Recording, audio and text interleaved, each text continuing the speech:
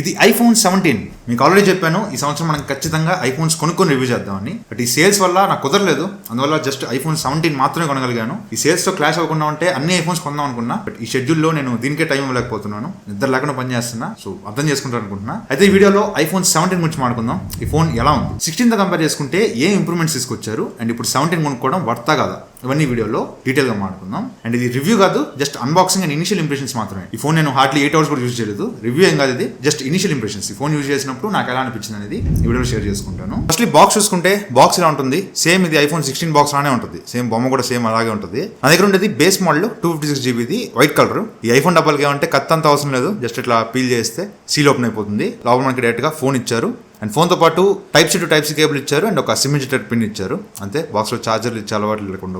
First iPhone 16కి iPhone 17కి major difference display దగ్గర వస్తుంది. iPhone 16 6.1 ఇంచ్ ఉంటే 17 6.3 inches ఉంటుంది. యాక్చువల్గా పక్కన పెట్టినప్పుడు నాకు అంత డిఫరెన్స్ ఏం కనిపించలేదు, చాలా మైన్యూట్ డిఫరెన్స్, జస్ట్ 0.5 సెంటీమీటర్స్ అంతే, హాఫ్ సెంటీమీటర్ మాత్రమే మీకు డిఫరెన్స్ వస్తుంది. ఫిజికల్గా మీకు అంత హ్యూజ్ డిఫరెన్స్ ఉండదు. పట్టుకున్నప్పుడు రెండు ఫోన్లు కూడా కొంచెం ఇంచుమించు సిమిలర్గానే కనిపిస్తాయి. బట్ మేజర్ ఇంప్రూవ్మెంట్ ఎక్కడ కనిపిస్తుంది అంటే రిఫ్రెష్ రేట్ దగ్గర. iPhone 16 60Hz refresh rate support చేస్తే 17 120Hz రిఫ్రెష్ రేట్ సపోర్ట్ చేస్తుంది. ప్రమోషన్ డిస్ప్లే ఇది. మీకు లాస్ట్ జనరేషన్ వరకు ఓన్లీ ప్రో మోడల్స్ లో మాత్రమే ఈ డిస్ప్లే ఉండేది. ఇప్పుడు బేస్ మోడల్ లో కూడా స్టార్టింగ్ నుంచే ఈ ప్రమోషన్ డిస్ప్లే తీసుకొచ్చారు. అదే బ్రో, ఆండ్రాయిడ్ లో 10,000 రూపాయల దగ్గర 120Hz వస్తుంది కదా అంటే, వీళ్ళ ఐఫోన్ వీళ్ళ దారే సెపరేట్ అనమాట.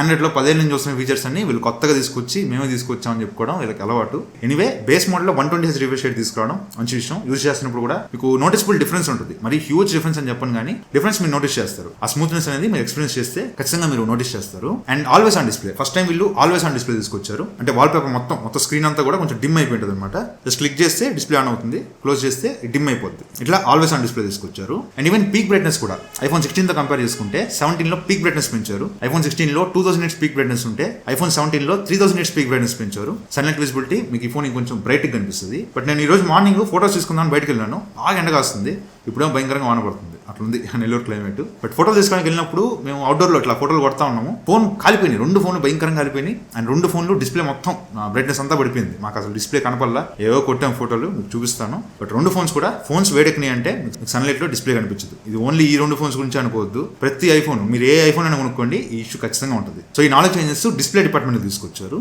అండ్ ప్రాసెసర్ కూడా చేంజ్ చేశారు. Last time A18 binary chipset తో వస్తే ఈసారి A19 బైనరీ చిప్సెట్ తో వస్తుంది. కాకపోతే రెండు కూడా 6 core CPU 5 core GPU తో వస్తుంది. కాకపోతే CPU లో కానీ GPU లో కానీ కొంత ఇంప్రూవ్మెంట్ దీనిలో ఎక్స్పెక్ట్ చేయొచ్చు. సో ఈ ప్రాసెసర్ గురించి కొత్తగా చెప్పకర్లా, యాపిల్ ప్రాసెసర్స్ చాలా పవర్ఫుల్ ఉంటాయి, ఈజీగా ఒక 4-5 ఏళ్ళు వాడుకోవచ్చు. పవర్ఫుల్ ప్రాసెసర్స్ ఇవి, మీకు జనరల్ గా డే టు డే యూజ్ చేస్తున్నప్పుడు ఎక్కడ ఇబ్బంది లేదు. ఈవెన్ గేమింగ్ కూడా ఐఫోన్ లో గేమింగ్ ఎక్స్పీరియన్స్ చాలా బాగుంటుంది. ఏ ఐఫోన్ అని తీసుకోండి, గేమింగ్ ఎక్స్పీరియన్స్ చాలా బాగుంటుంది. దీనిలో నేను BGMI ఆడాను, ఈ కాసేపట్లో ఒక 2-3 మ్యాచెస్ ఆడాను, గంటలు ఏం ఆడలేదు. BGMI ఇది స్మూత్ ఎక్స్ట్రీమ్ మాత్రమే సపోర్ట్ చేస్తుంది. ఇక్కడ 120Hz రిఫ్రెష్ రేట్ సపోర్ట్ చేస్తుంది కాబట్టి BGMI కూడా 120 FPS ఇస్తారు అనుకున్నా, but as of now unlock చేయాలి. మేబీ ఫ్యూచర్ లో అన్లాక్ చేయొచ్చు. ప్రస్తుతానికైతే మీరు 60 FPS లో గేమ్స్ ఆడుకోవచ్చు. గేమింగ్ ఎక్స్పీరియన్స్ నేను కొత్తగా చెప్పక్కర్లా, ఐఫోన్స్ వాడే వాళ్ళందరికీ తెలుసు గేమింగ్ ఎక్స్పీరియన్స్ ఐఫోన్స్ లో ఎక్సలెంట్ గా ఉంటుంది. అండ్ ఇంకొక మేజర్ ఇంప్రూవ్మెంట్ కెమెరాస్ లో, ఈసారి బ్యాక్ సైడ్ మెయిన్ కెమెరా ఇంకా వదిలేలా, రెండు కూడా 48 మెగాపిక్సెల్ కెమెరాస్ తోటి వస్తాయి. కాకపోతే wide angle camera last time 12 megapixel wide angle camera ఉండేది, ఈసారి దీన్ని 48 మెగాపిక్సెల్ పెంచారు. ఇది ఒక ఎత్తు అనుకుంటే ఫ్రంట్ కెమెరా మార్చారు. ఇది ఈసారి iPhone 17 సిరీస్ మొత్తానికి మార్చారు. ఇది ఫ్రంట్ 18 మెగాపిక్సెల్ కెమెరాతో వస్తుంది. సెంటర్ స్టేజ్ కెమెరా అంటే ఒకవేళ మీరు ఇలా ఫోటోస్ తీసుకోవాలనుకోండి, ఫోన్ ఇట్లా తిప్పాల్సిన పని లేదు, జస్ట్ ఇలా పెట్టుకొని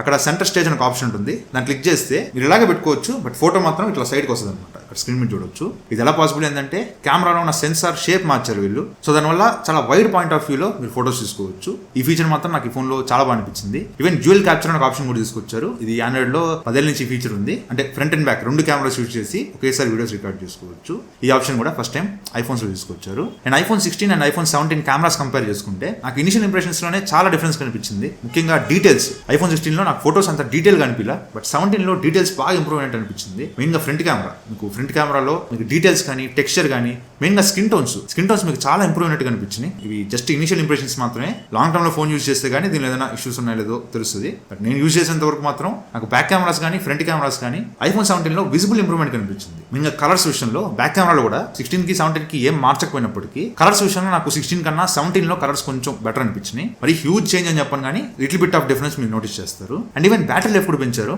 ఎంత ఎంఏహెచ్ పెంచారు ఇచ్చారనేది వీళ్ళు ఎక్కడ మెన్షన్ చేయరు. బట్ లీక్స్ ప్రకారం iPhone 16 లో 3561 mAh బ్యాటరీ ఉంటే iPhone 17 లో 3692 mAh బ్యాటరీతో వస్తుంది. కొంచెం ఒక 130 mAh దాకా బ్యాటరీ అయితే ఇంక్రీజ్ చేశారు. అండ్ ఈవెన్ ఫాస్ట్ ఛార్జింగ్ కూడా last time 20 watts fast charging support చేసేది, బట్ ఈసారి 40 వాట్స్ ఫాస్ట్ ఛార్జింగ్ కి అప్గ్రేడ్ చేశారు. అంటే వీళ్ళు చెప్పడం ఇంతకుముందు 0 to 50% ఛార్జ్ చేయాలంటే అరగంట పట్టేది, ఇప్పుడు మాత్రం 20 నిమిషాల్లోనే 0 to 50% ఛార్జ్ చేయొచ్చు అని వీళ్ళు చెప్తున్నారు. ఈ గ్యాప్ లో నేను ఈ బ్యాటరీ టెస్ట్లు ఇవన్నీ చేయడానికి నాకు అసలు కుదరలేదు. కుదిరితే ఉన్నా next year long term reviews అట్లా ప్లాన్ చేద్దాం. అండ్ ఇది out of the box iOS 26 తో వస్తుంది. ఆ లిక్విడ్ గ్లాస్ థీమ్ ఎక్కడ చూసినా మీకు ఆ గ్లాస్ థీమ్ కనిపిస్తూ ఉంటుంది. రీసెంట్ గా దీని మీద అసలు iOS 26 మీద వీడియో చేశాను, అది భయంకరంగా వెళ్ళింది. 2.5 లక్ష 3 లక్షలు వెళ్ళిపోయింది. అది చాలా అసలు ఎక్స్పెక్ట్ చేయాలి. నా అయితే 1 లక్ష వ్యూస్ వస్తాయి అనుకున్నా. చాలా మంచి రెస్పాన్స్ ఇచ్చారు, మళ్ళీ thank you so much. And even storage కూడా పెంచారు. Last time base model 128 GB వస్తే ఈసారి బేస్ మోడల్ రావడమే 256 GB తీసుకొచ్చారు. ఇది చాలా మంచి విషయం, ఎందుకంటే ఐఫోన్స్ లో మేజర్ ప్రాబ్లమ్ స్టోరేజ్ దగ్గర వస్తుంది. మీరు ఏదైనా అప్డేట్ చేశారనుకోండి, కొత్తగా ఏదైనా OS అప్డేట్ వచ్చింది, మన iOS 26 అప్డేటే వచ్చింది, మీరు ఏదైనా అప్డేట్ చేసిన వెంటనే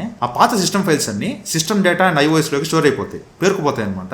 మీరు ఏ అప్డేట్ చేసినా మొత్తం దానిలోకి వెళ్ళిపోతూ ఉంటుంది. మీరు ఎక్కువ సంవత్సరాలు యూజ్ చేసే కొద్దీ ఇది పెరిగిపోతూ ఉంటుంది అనమాట. ఒకనొక టైంకి అసలు 128 GB సరిపోదు, 256 GB ఖచ్చితంగా తీసుకోవాలి. కొన్నిసార్లు ఆ 256 GB కూడా సరిపోదు, అలా ఉంటుంది అనమాట ఐఫోన్స్ లో. అటు వీళ్ళు తీసుకురావడం ప్రతిసారి 128 GB తెస్తారు బేస్ మోడల్. అవి తీసుకున్న వాళ్ళందరూ కూడా చాలా ఇబ్బంది పడుతూ ఉంటారు. బట్ ఈసారి ఫైనల్ గా తీసుకురావడమే 256 GB తీసుకొచ్చారు, అది చాలా మంచి విషయం. ఇవి ఓవరాల్ గా iPhone 16 తో కంపేర్ చేసుకుంటే 17 లో ఇంప్రూవ్మెంట్స్. సరే ఇన్ని ఇంప్రూవ్ చేశారు, బట్ సర్ప్రైజింగ్లీ ప్రైస్ తగ్గించారు. లాస్ట్ టైం iPhone 16 ను 256 GB మోడల్ 89,999 లాంచ్ చేస్తే ఇప్పుడు 256 GB మోడల్ 82,999 లాంచ్ చేశారు. 83,000 రూపాయలు లాంచ్ చేశారు. దాదాపు 7,000 రూపాయలు iPhone 16 తో కంపేర్ చేస్తే 17 కి తగ్గించారు. ఇది చాలా మంచి విషయం. ప్రెసెంట్ iPhone 17 సిరీస్ లో best value for money phone అంటే ఖచ్చితంగా ఇదే. ఆఫ్లైన్ లో కానీ అఫీషియల్ వెబ్సైట్ లో కానీ 6,000 రూపాయల దాకా కార్డ్ ఆఫర్ ఇస్తున్నారు. నేను బయట షాప్ లో కొన్నాను, 6,000 రూపాయలు ఇచ్చారు కార్డ్ ఆఫర్.